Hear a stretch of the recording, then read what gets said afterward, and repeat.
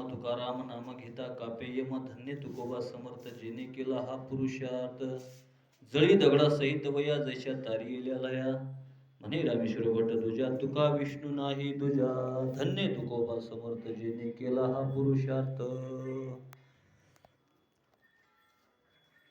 सर्वांच्या चरणी साष्टांग दंडवट. जय श्री सद्गुरूच्या जय श्री सर्व गुरुच्या चरणी साष्टांग दंडवट. ओम नमो ज्ञानेश्वरा.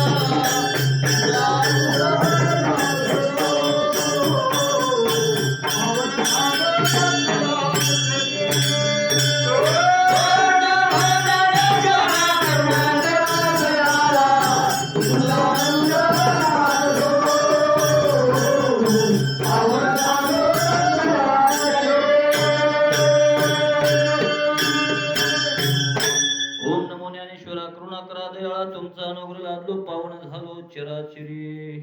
मी कळकसरी काहीच न बोलत वचनाती भाव काय एका जनार्दनी तुमचा दयास त्यांच्यास प्रभावी. तुकाराम तुकाराम नाम घेता कापे यम धन्य तुकोबा समर्थ. तुकाराम तुकाराम असं नाव घेतलं तर यम थरथर कापतो. जे आपल्याला दंड देणारा जे आपल्याला जीव इथून नेणारा ते सुद्धा थरथर कापतो. म्हणले मग यम संताकडे येत नाहीत. कारण काय येत नाहीत? संताकडे विष्णुदूत असतात. कारण त्यांचा मार्ग अलग आहे. अजिमळ अंतमरणाशी आला तवरीच मरला नाही तुझं प्राण जाते वेळी म्हणे नारायण त्यासाठी विमान पाठले. अजिमळानं प्राण जाते वेळेस मुलाचं नाव नारायण घेतल्यामुळं विष्णुदूत आले आणि तिथे यम बी आले होते. यम म्हणतात की ह्यांनी तेवढं देवाची भक्ती केली नव्हती. विष्णुदूत म्हणतात मरते वेळेस देवाचं नाव घेतलं होतं मुलाचं नारायण.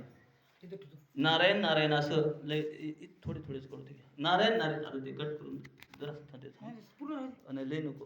नारायण नारायण असं मुलाचं नाव घेतल्यामुळं विष्णुदूत आणि यमदूत आले. कारण जास्त मोठा झाला की ते ह्याच्यात युट्यूब मध्ये जायना गेले तर छोटे छोटेच करावं लागले त्याला.